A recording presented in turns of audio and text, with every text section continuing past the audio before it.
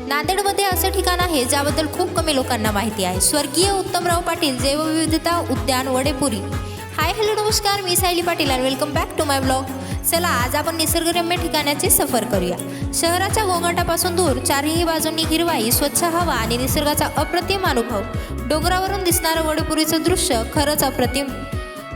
Photo किंवा व्हिडिओमध्ये ते जितकं सुंदर दिसत आहे त्यापेक्षा प्रत्यक्षात कितीतरी जास्त सुंदर आहे. आणि या डोंगराच्या माथ्यावर आहे प्राचीन महादेव मंदिर. मंदिरात प्रवेश करताच सर्वात आधी नजरेत भरतो तो महादेवांचा त्रिशूळ, समोरचं शिवलिंग आणि आजूबाजूंचा शांत वातावरण मनाला वेगळीच ऊर्जा देतं.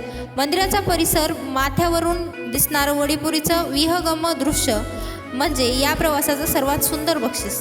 चारही बाजूंनी पसरलेली हिरवाई, मोकळी हवा आणि निसर्गाचं अप्रतिम सौंदर्य. काही क्षण इथे बसलात की सगळा थकवा नाहीसा होतो. अशाच नांदेडमधील कमी परिचित पण अप्रतिम ठिकाणांची सफर माझ्यासोबत करायची असेल तर मला फॉलो करायला विसरू नका. पुन्हा भेटू एका नवीन ठिकाणासोबत. तोपर्यंत मी सायली पाटील घेते तुमचा निरोप. Har Har Mahadev. Stay tune. Bye.